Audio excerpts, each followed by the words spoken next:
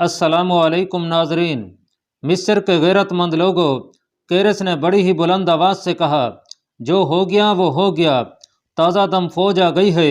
मुझे अफसोस है कि मिस्र में जो हमारी फ़ौज थी उसने सिवाय पसपई के कुछ न किया। इसका ये मतलब नहीं कि सल्तनत रोम की सारी फ़ौज ऐसी ही है। मैं ताज़ा दम फौज लेकर आया हूँ। वो हर कल मर गया है जिसने यसु मसीह की ईसाईयत में अपने मफादात के लिए मिलावट की, और जिन लोगों ने उसकी यह ईसाईयत कबूल न की उन्हें मेरे हाथों मरवाया। अगर तुम लोग मुझे ही मुजरम समझते हो तो आज मैं तुमसे और उन मकतूलीन की रूहों से माफ़ी मांगता हूँ जिन्हें ईसाईयत के नाम पर कत्ल कर दिया गया था। लेकिन मैं माफ़ी मांगने पर बात ख़त्म नहीं करूँगा। मैं गुनाहों का कफ़ारा अदा करूँगा। वो इस तरह के मिस्र में कोई एक भी मुसलमान जिंदा नहीं रहेगा। इस वक्त तक हम जिस शिकस्त से दो चार हो चुके हैं उसे फतह में बदल कर दम लूँगा। अब जो लोगों ने नारे लगाए और दादो तहसीन का शोर गुल बपा किया, उससे कानों के पर्दे फटे जाते थे। केरस को खासी देर खामोश रहना पड़ा। आखिर उसने हाथ ऊपर किया तो हुजूम आहिस्ता आहिस्ता खामोश होने लगा। तुम्हारे इस जोश और जज्बे ने मेरा हौसला और ज्यादा मजबूत कर दिया है, केरस ने कहा। मुझे यकीन हो गया है कि मैं अकेला नहीं, कौम का बच्चा बच्चा मेरे साथ है। रोमियों के मुतालिक कोई भी वहम तुम्हारे दिलों में है तो वो निकाल दो। मिस्र तुम्हारा वतन है। रोमी तुम्हारे बादशाह भी नहीं और आका भी नहीं। तुम्हारा मजहब एक है। हरकल का बेटा कुस्तनतीन भी मर गया है। मैं और जर्नेल कुस्तनतीन के बेटे कॉन्स्टांस को और मलका मर्तीना के बेटे हरकलियोनास को हुकूमत दिए हैं। इन दोनों को पाबंद कर दिया गया है कि वो कोई अपना हुक्म नहीं चलाएंगे। मुझे अब यह मुश्किल पेश नहीं आएगी कि हर हुक्म बजंतिया से लूँ। मैंने कई इख्तियारात अपने हाथ में ले लिए हैं। बड़ी शर्म की बात है कि इतने कम मुसलमान इतनी दूर से आकर मिस्र पर काबिज हो गए हैं और हमारी फौज भागी भागी फिर रही है।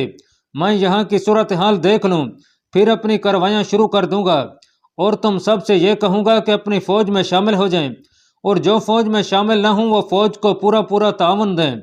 मुसलमानों के मुतालिक यह मशहूर हो गया है कि वो जिस शहर को फतह कर लेते हैं उस शहर के लोगों के साथ इंतहाई अच्छा रवैया इख्तियार कर लेते हैं। जो लोग उनका मजहब कबूल कर लेते हैं उन लोगों को वो अपने बराबर के हकूक देते हैं, और जो उनका मजहब कबूल न करें उन पर जजिया आयद कर देते हैं, और इस जजिए के एवज उन लोगों की जानो माल और इज्जत अबरू की पूरी पूरी हिफाजत करते हैं। मुसलमानों की यही खूबी देखकर कई जगहों पर लोगों ने उनके आगे घुटने टेक दिए और बाज ने उनका मजहब कबूल कर लिया। मैं तुम्हें इन मुसलमानों की असल जहनीत बताता हूँ। जब ये पूरे मुल्क को फतह कर लेंगे फिर देखना इनका रवैया क्या होगा। ये फिरौन से भी बदतर होंगे और यहाँ के बशिंदों को अपना गुलाम बना लेंगे। नाजरीन, तारीख गवाही देती है कि केरस ने यह खिताब बड़ी ही तेजी से किया था क्योंकि वो बहुत जल्दी में था। जिस जर्नेल ने जहाज पर जाकर उसका इस्तकबाल किया और जहाज से उतारा था उससे उसने पूछा था कि जर्नेल थियोडोर कहाँ है। वो थियोडोर से मिलने के लिए बेताब था। उस जर्नेल ने गलबन यह सोचकर बात गोल कर दी कि केरस को मिस्र की ताज़ा सूरत हाल का कुछ पता नहीं। जहाज से उतरकर और खिताब से पहले उसने उन जर्नेलों से जो उसके इस्तकबाल के लिए खड़े थे पूछा था कि जनरल थियोडोर क्यों नहीं आया। उन्होंने भी कोई तसल्ली बख्श जवाब नहीं दिया था। जनरल थियोडोर से मिलने के लिए बेताबी की एक वजह तो यह थी कि यह जर्नेल मिस्र में मुकीम तमाम तर फौज का सुप्रीम कमांडर था। दूसरी वजह यह थी कि मर्तीना ने उसे कहा था कि जनरल थियोडोर लोगों में बहुत मकबूल और हर दिल अजीज है। उसे हर कीमत पर अपनी नज़र में और अपने हाथ में रखना है। मर्तीना को यह खतरा नजर आ रहा था कि जनरल थियोडोर मिस्र में कामयाब हो गया तो वो हरकल के पोते कॉन्स्टांस को अपना बादशाह समझ लेगा और उसका हामी बन जाएगा। केरस उसे फौरन मिलना चाहता था लेकिन थियोडोर उसके इस्तकबाल के लिए भी नहीं आया था। सिकंदरिया के जर्नेल केरस को शाही महल में ले गए। ये हरकल का शाही महल था। फिर मकूकस ने इस महल में रिहाइश इख्तियार की थी। अब केरस को इस महल में रहना था। केरस को तो जैसे खाने पीने का भी होश नहीं था। महल में जाते ही उसने बड़े गुस्से से कहा कि जनरल थियोडोर यहाँ की फौज का कमांडर है, लेकिन मालूम होता है कि वो अपने आप को मिस्र का फरमा रवा समझ बैठा है। क्या उसे मालूम नहीं था कि मैं इतनी फौज लेकर आ रहा हूँ? केरस ने पूछा और खुद ही जवाब दिया। उसे मालूम था। बजंतिया से रवाना होने से पहले मैंने कासिद भेज दिया था। उसे बंदरगाह पर मौजूद होना चाहिए था। केरस तो सिर्फ इतना सुनकर आया था कि मुसलमानों ने बाबलियोन जैसा मुस्तहकम शहर भी ले लिया है, लेकिन अभी तक उसे यह नहीं बताया गया था कि मुसलमान बाबलियोन से सिकंदरिया तक का आधा फासला फतह पर फतह हासिल करते लेकर आए हैं और अब खतरा सिकंदरिया तक पहुंचने वाला है। केरस तो इस कदर जल्दी में था कि खुद ही तेज तेज बोलता जा रहा था और किसी और को बोलने की मोहलत देता ही नहीं था। एक सवाल करता और उसके जवाब का इंतजार करता ही नहीं था। उसे मर्तीना का यह शक सही मालूम होने लगा कि थियोडोर फौज में और मुल्क के लोगों में बड़ा ही मकबूल और हर दिल अजीज है और वो जैसी मनमानी करना चाहे कर सकता है। केरेस ने एक बार फिर कहा कि कोई उसे बता सकता है कि थियोडोर कहाँ है और उसके इस्तकबाल को क्यों नहीं आया। वहां जो जर्नेल मौजूद थे उन्होंने एक दूसरे की तरफ देखा। उनके माथों पर शिकने आ गई थीं, जैसे उन्हें केरेस का यह अंदाज अच्छा नहीं लग रहा था। आंखों ही आंखों में उन्होंने तय कर लिया कि केरेस को बता दिया जाए कि थियोडोर कहाँ फंसा हुआ है और उस पर कैसी मुसीबत आन पड़ी है। उसकोफ आजम उन जर्नेलों में जो उम्र में सबसे बड़ा था बोला, हमें बोलने का मौका दें कि जब आप बजंतिया से चले थे उस वक्त से अब तक मिस्र की सूरत हाल क्या से क्या हो गई है। सबसे पहले मैं ये कहने की जुर्रत करूंगा कि अब मजहब के पेशवा हैं, लेकिन मिस्र की जो सूरत हाल है उसका ताल्लुक फौज के पेशवाओं के साथ है। इसलिए फौज के पेशवाओं की सुने और फिर उन्हें बताएं कि आप क्या मंसूबा लेकर आए हैं। इसलिए तो मैं जनरल थियोडोर की पूछ रहा हूँ। केरेस ने कहा, वो मेरे सामने आए तो सही, वो आपके सामने इतनी जल्दी नहीं आ सकता। उस सीनियर जनरल ने कहा, थियोडोर सिकंदरिया में नहीं बल्कि करियून में है। वहाँ क्या कर रहा है? केरेस ने पूछा। नक्यूस और तरनूत और दूसरी जगहों से भागी हुई फौज को इकट्ठा कर रहा है, जर्नेल ने जवाब दिया। अरबों का यह छोटा सा लश्कर बाबलियून और इर्द गिर्द के वसी और अरीज इलाके पर अपना कब्जा मुस्तहकम करके पेश कदमी कर आया है और उसने नक्यूस जैसा बड़ा कलाबंद शहर भी ले लिया है। छोटी छोटी जगहों पर हमारी फौज लड़े बगैर भाग गई है या भाग निकलने के लिए लड़ी, कुछ कट मरी और बाकी भाग गई है। उन इलाकों के लोग और फौजी सिकंदरिया पहुंच गए हैं और अभी तक चले आ रहे हैं। जनरल थियोडोर करियून में अपना महाज मुस्तहकम कर रहा है ताकि अरबों को वहीं रोक ले और उन्हें पसपा करने की कोशिश करे, वरना वो सीधे सिकंदरिया पर आएंगे। तो क्या उसे कुमक भेजी जाए? केरेस ने पूछा और खुद ही कहा, लेकिन मैं ये कुमक किसी और इस्तेमाल के लिए लाया हूँ। अगर इस तरह थोड़ी थोड़ी कुमक मुख्तलिफ जगहों पर भेजने लगे तो इससे हम कोई फायदा नहीं उठा सकेंगे। थियोडोर को कुछ न कुछ कुमक भेज दी जाए, बूढ़े जर्नेल ने कहा। हो सकता है उससे थियोडोर अपने मकसद में कामयाब हो जाए। अगर ना हो सका तो हम इस कुमक को सिकंदरिया के दिफा के लिए यहाँ से कुछ और सफरा करके अरबों को रोक लेंगे। केरेस ने उसी वक्त हुक्म दे दिया कि 2 दस्ते करियून भेज दिए जाएं। केरेस अपने साथ मुबलगों का एक बहुत बड़ा गिरोह लाया था। इस गिरोह को उसने बजंतिया में ही हिदायत दे दी थी कि मिस्र में जाकर वो क्या करेंगे। इस गिरोह में 3 बड़े पादरी थे जो केरेस के हमराज मोतमिद थे। अब शाही महल में पहुंचकर केरेस ने वो सूरत हाल सुनी जो कोई अच्छी नहीं थी और जनरल थियोडोर उसमें फंस गया था। केरेस ने उसी वक्त एक कॉन्फ्रेंस मुनक्कद कर डाली। उसमें एक तो फौज के जर्नेल थे, दूसरे ये 3 बड़े पादरी थे, जासूसी के निज़ाम के 2 सरबराह थे और इंतजामिया के 3-4 हाकिम भी इस कॉन्फ्रेंस में बुलाए गए।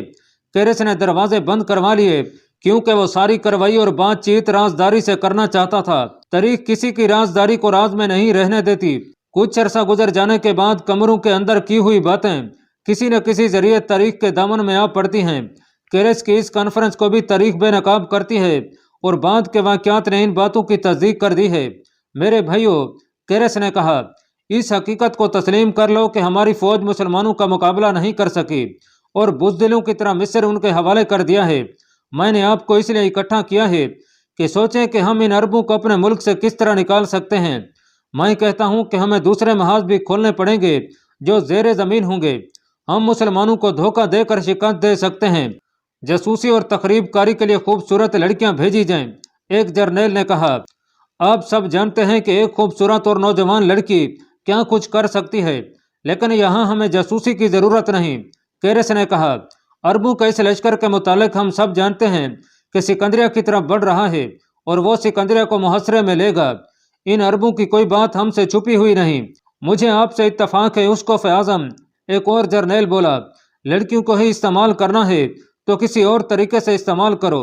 मेरा मशवरा है कि मुसलमानों के सिपा सलार को कत्ल करवा दिया जाए। उसे बाहर कहीं कत्ल करना मुमकिन नहीं।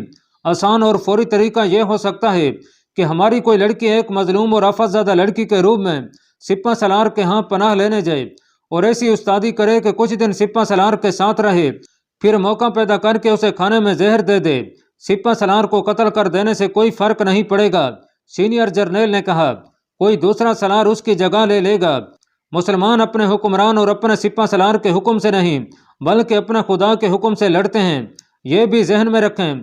कोई और जर्नेल बोला, मुसलमानों के सलारों से लेकर नीचे सिपाहियों तक का किरदार ऐसा है, हसीन और चलाक लड़कियों से उन्हें फांसा नहीं जा सकता, न उनकी तवज्जो अपने अज़म और मकसद से हटाई जा सकती है। ये हकीकत है कि मुसलमानों ने मिस्र के कितने ही शहर फतह किए हैं। हमें बताया गया है कि मुसलमानों ने कभी किसी लड़की की तरफ आंख उठाकर भी नहीं देखा। मेरे दिमाग में एक तजवीज़ आई है, इस पर गौर करें।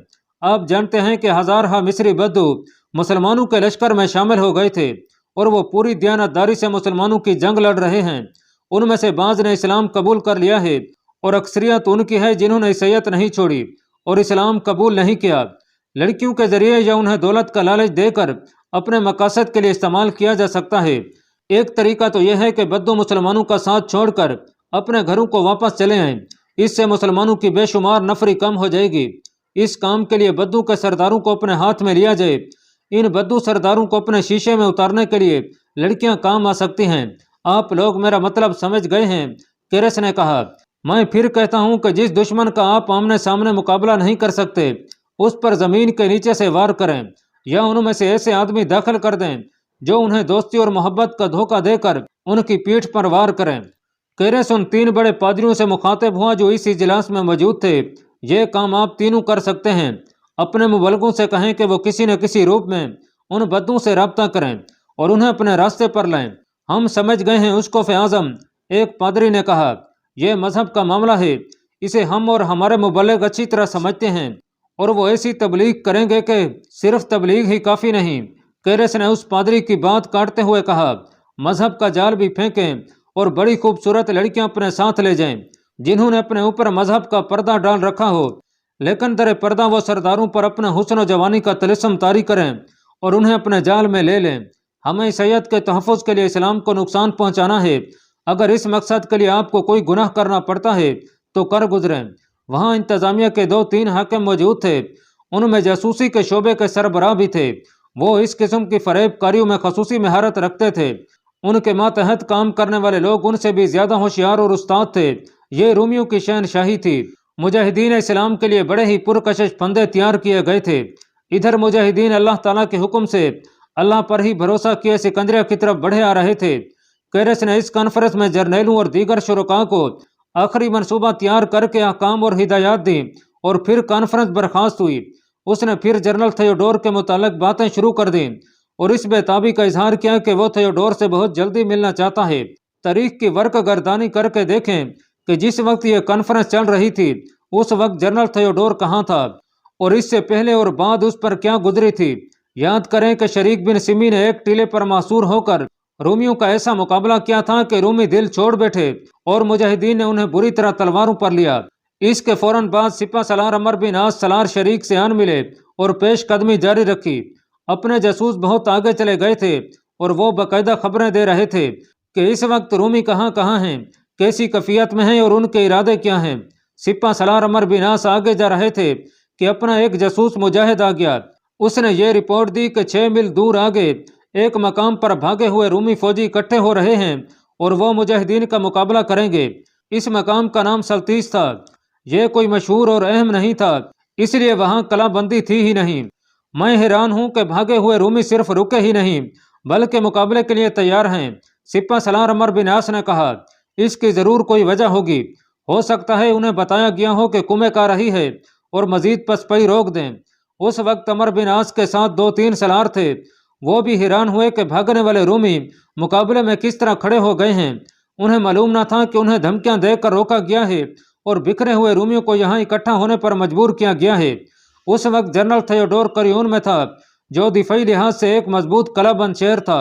जनरल थियोडोर ने पहले यह सोचा था कि वो अपनी पूरी फौज को अपनी क़ियादत में लेकर आगे बढ़े और मुजाहिदीन से एक फैसला कुन मार्का लड़े, लेकिन उसने जब भाग भाग कर आने वाले फौजियों की जहनी कैफियत देखी तो उसने ये फैसला किया कि वो करियोन में ही रहे और इस कलाबंद शहर को मुजाहिदीन के रास्ते में रुकावट बनाए।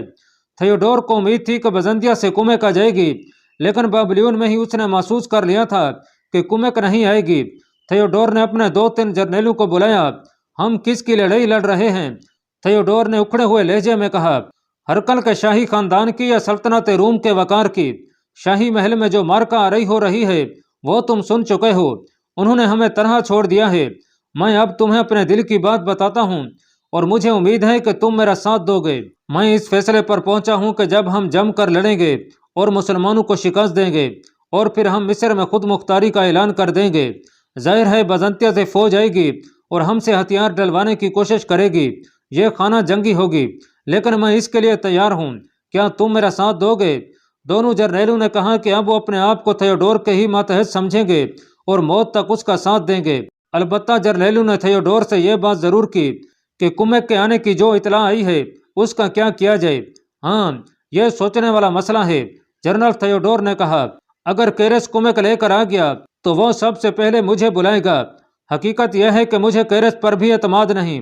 वो है तो उसकोफ़ आज़म, लेकिन किरदार के लिहाज से बहुत ही घटिया आदमी है। मैं उसकी नीयत भांप लूंगा। अगर मुझे उसकी नीयत पर कुछ शक हुआ तो मैं उससे कुमेक की कमान खुद लेकर उसे एक तरफ कर दूंगा। जर्नैलों ने भी मशवरा दिया कि अब हम ये लड़ाई अपनी ज़ाती लड़ाई समझकर लड़ेंगे और केरस की तो कोई हैसियत ही नहीं। हम बजंतिया के अहकाम की भी परवाह नहीं करेंगे। जनरल थियोडोर को यह मशवरा अच्छा लगा। उसने इस वक्त दिफाई प्लान बनाना शुरू कर दिया। वो कहता था कि पहले अपने दिफा में लड़ेंगे और मुसलमानों को थका कर जवाबी हमला करेंगे। इस प्लान के तहत उसने ये फैसला किया कि जो दस्ते करियून में हैं उन्हें वहीं रहने दिया जाए और वह खुद भी करियून में ही रहे। उसका दरअसल इरादा यह था कि हर तरफ बिखरी हुई फौज को इस कलाबंद शहर में इकट्ठा करे, लेकिन कुछ उसने और कुछ जर्नैलों ने सोचो विचार के बाद यह फैसला किया कि जो दस्ते करियून से दूर दूर मुकीम हैं उन्हें वहीं रहने दिया जाए ताकि वो मुसलमानों के मुकाबले में आए और उन्हें कमज़ोर करने की कोशिश करें।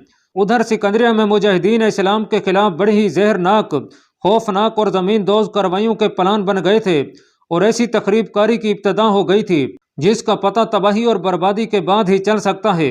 इधर करियून में रूमी जर्नैलों ने नए अज़म और नए जज्बे से ऐसा प्लान बना लिया था जो मुजाहिदीन के लिए नाकाबिल तस्कीर रुकावट बन सकता था। सिपा सलार अमर बिन आस इन दोनों महाजों से जो उनके खिलाफ बन गए थे बिल्कुल बेखबर थे। लश्कर की नफरी और कम हो गई थी। मिस्री तरीकदान और आलम मोहम्मद हुसैन हिकल ने मुतअद्दिद मौरखों के हवालों से लिखा है कि यह मालूम करना मुमकिन नहीं कि मदीना से मिस्र को कितनी बार और कितनी कुमें गई थी, लेकिन यह साफ पता चलता है कि जब मुजाहिदीन सिकंदरिया की तरफ बढ़ रहे थे उस वक्त उनकी नफरी 12,000 से ज्यादा और 15,000 से कम थी। यह भी वाज़ेह है कि रोमी फौज मुजाहिदीन के लश्कर की निस्बत 5 या 6 गुना ज्यादा थी।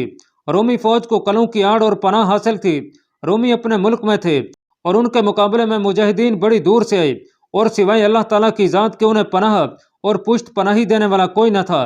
एक मौरख ने तो यहाँ तक लिखा है कि अरब के ये मुसलमान यकीनी खुदकुशी की तरफ बढ़ रहे थे।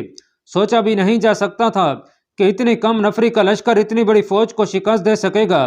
इससे पहले उन मुजाहिदीन ने हर महाज पर रोमियों को शिकस्त दी थी, लेकिन अब उनके रास्ते में चट्टानें खड़ी हो गई थीं। असल खतरा तो यह था कि सिपा सलार अमर बिन आस बेखबर थे। फिर एक और खतरा भी था, वो ये कि मुजाहिदीन मुसलसल लड़ते चले आ रहे थे और हर लड़ाई का दरमियानी वक्फा वो पेश कदमी की हालत में रहते थे। वहाँ तो घोड़े भी थक कर आहिस्ता चलने लगे थे। मुजाहिदीन तो इंसान थे। मुबस्सिरीन लिखते हैं कि अमर बिन आस मिस्र की फतह के लिए दीवानगी की हद तक पहुँचे हुए थे। उन्होंने बड़ी मुश्किल से अमीरुल मोमिनीन हज़रत उमर रज़ी अल्लाह तआला अन्हु को राज़ी किया था कि उन्हें मिस्र पर फौज कशी की इजाज़त दें। यूं नजर आता था जैसे अमर बिन आस फतुहात के नशे से सरशार अंधाधुंध खतरों में चले आ रहे हैं और अब वो अपनी शिकस्त की तरफ बढ़ रहे हैं। सल्तीस की तरफ रुख करके और कुछ दूर जाकर अमर बिन आस ने अपने सलारों को बुलाया। सलार आए तो अमर बिन आस ने रुक कर नहीं बल्कि चलते चलते उन्हें बताया कि वो किधर जा रहे हैं और क्या करने का फैसला कर लिया है। उन्होंने सलारों को वो तरतीब बताई जिसमें मुजाहिदीन के लश्कर को दुश्मन के करीब जाकर हो जाना था। सिपा सलार ने तमाम ज़रूरी हिदायत दी और यह भी बताया कि दुश्मन खुले मैदान में लड़ेगा और दूर दूर तक कोई कला नहीं जिसमें जाकर दुश्मन पनाह लेगा और हमें ललकारेगा। लश्कर के नामवर सलार जुबैर बिन अवाम ने अमर बिन आस से पूछा कि वहाँ की ज़मीन के खद्दो खाल कैसे हैं। यह इलाका अमर बिन आस ने पहले नहीं देखा था। वो इतना ही जानते थे कि यह नील के डेल्टा का इलाका है और नील कई शाखों में बढ़ जाता है। अमर बिन आस ने सलार जुबैर बिन अवाम को बताया कि आगे दलदल भी हो सकती है, जंगल भी हो सकता है और खुला मैदान भी हो सकता है, लेकिन सलार जुबैर सही खद्दो खाल मालूम करना चाहते थे। उन्होंने उस जासूस मुजाहिद को अपने पास बुलाया जो ये खबर लाया था और अब लश्कर के साथ जा रहा था। जुबैर बिन अवाम ने उस जासूस मुजाहिद से पूछा کہ رومی فوج جہاں لڑنے کے لیے تیار کھڑی ہے اس کے ارد گرد کا علاقہ کیسا ہے۔ جاسوس مجاہد نے انہیں بڑی اچھی طرح سمجھا دیا۔ اس نے یہ بھی بتایا کہ ایک طرف زمین نیچے چلی جاتی ہے جہاں کچھ دلدل سی ہے اور کچھ درخت بھی ہیں، اور نیچے جا کر زمین خاصی پھیل جاتی ہے۔ سالار زبیر نے سپہ سالار کو بتایا کہ وہ کیا کرنا چاہتے ہیں۔ سپہ سالار نے انہیں اجازت دے دی اور پیش قدمی جاری رکھی، بلکہ رفتار اور تیز کر دی۔ 6 میل کا فاصلہ گھوڑوں نے اور پیادوں نے بڑی جلدی طے کر لیا اور انہیں رومی فوج نظر آنے لگی۔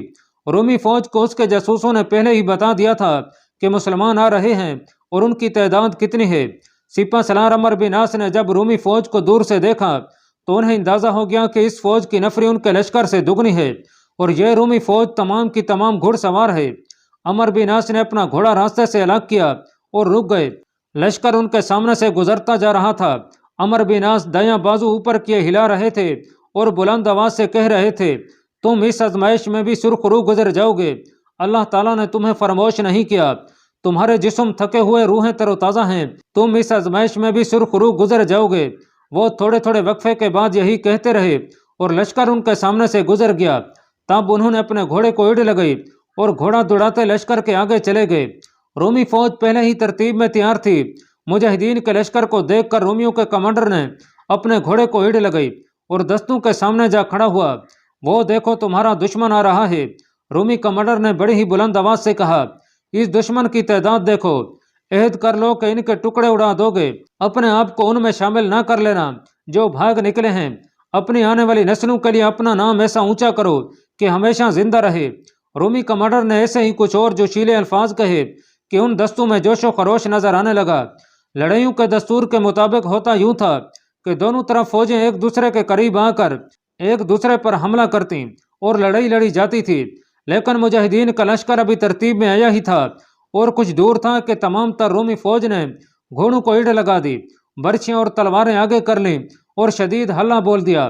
وہ تو گھوڑوں اور انسانوں کا ایک بڑا ہی تیز و تند طوفان تھا جو لگتا تھا درخت راستے میں آئیں گے تو جڑوں سے اکھڑ جائیں گے۔